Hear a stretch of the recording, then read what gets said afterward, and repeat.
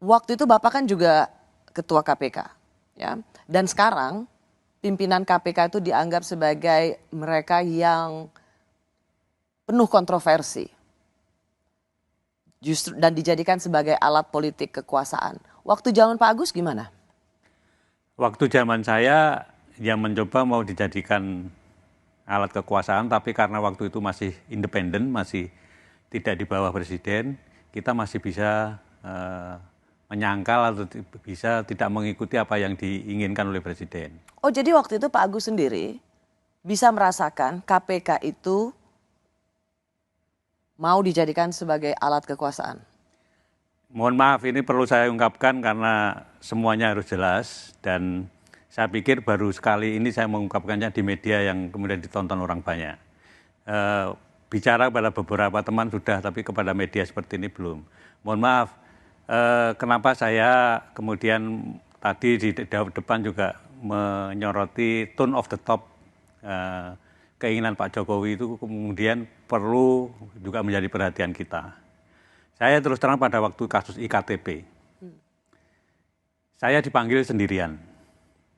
Oleh Presiden. Presiden pada waktu ditemani oleh Pak Pratikno.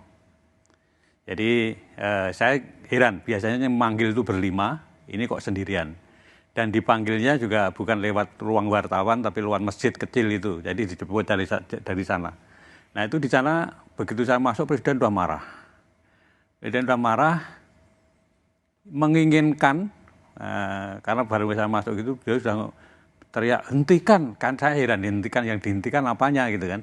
Setelah saya duduk, ternyata saya baru tahu kalau yang suruh hentikan itu adalah kasusnya Pak Setnov. Ketua DPR waktu itu? Ya, Ketua DPR pada waktu itu mempunyai kasus IKTP, supaya tidak diteruskan. Nah, sprindik itu kan sudah saya keluarin 3 minggu yang lalu, dari Presiden bicara itu. Sprindik itu tidak mungkin, karena KPK tidak punya SP3, tidak mungkin saya berhentikan, saya batalkan. Ya. Kemudian karena tugas di KPK itu seperti itu, makanya ya kemudian tidak saya perhatikan, saya jalan terus, Tapi akhirnya kan dilakukan revisi undang-undang, nanti kan intinya revisi undang-undang itu kan SP3 menjadi ada, kemudian di bawah presiden, karena apa pada waktu itu mungkin presiden merasa bahwa ini ketua KPK diperintah presiden kok nggak mau, apa mungkin begitu kemudian itu gelagat awalnya ya? Ya.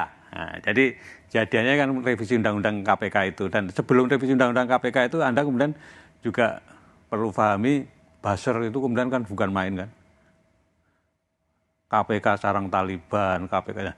Jadi sehingga civil society pada waktu itu yang membela revisi undang-undang KPK itu sangat-sangat sedikit.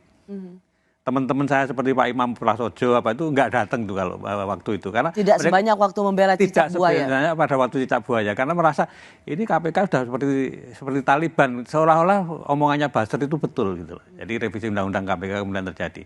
Anda kemudian melihat di periode kedua ini kan yang namanya Corruption Perception Index itu kan turun terus-menerus. Itu menjadi gambaran kita, karena itu yang menilai adalah 9 lembaga internasional.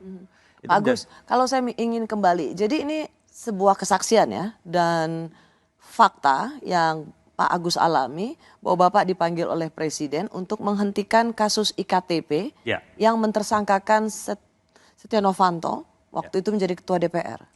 Bapak bersaksi itu ya? Saya bersaksi. Saya bersaksi, dan itu memang terjadi yang sesungguhnya, saya alami sendiri. Saya awalnya tidak cerita kepada komisioner yang lain, tapi setelah beberapa lama itu kemudian saya cerita. Apa yang Bapak jawab ke Pak Presiden ketika Bapak Presiden mengatakan hentikan soal IKTP ini? Saya bicara apa adanya aja, bahwa sprindik sudah saya keluarkan 3 minggu yang lalu, di KPK itu nggak ada SP3. Nggak mungkin saya memberhentikan itu. Yang Anda tangkap Pak Agus, yang ingin dihentikan Presiden itu adalah jangan sampai mentersangkakan Setia Novanto yang waktu itu menjadi Ketua DPR.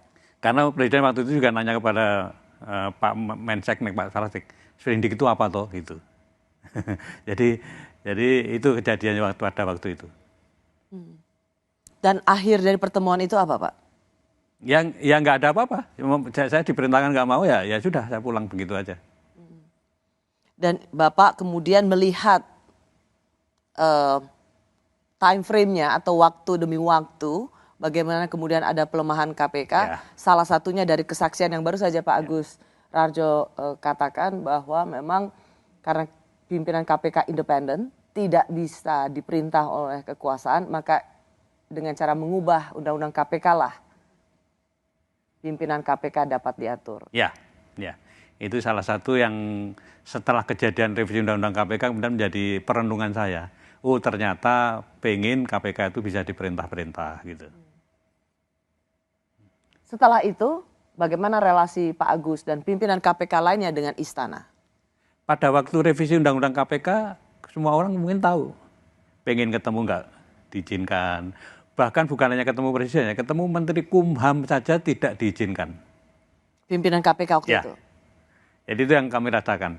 Kemudian saya kemudian diajak Pak Laude Muhammad Syarif ya, ketemu dengan Menteri Kumham, tapi draftnya juga nggak ditunjukkan.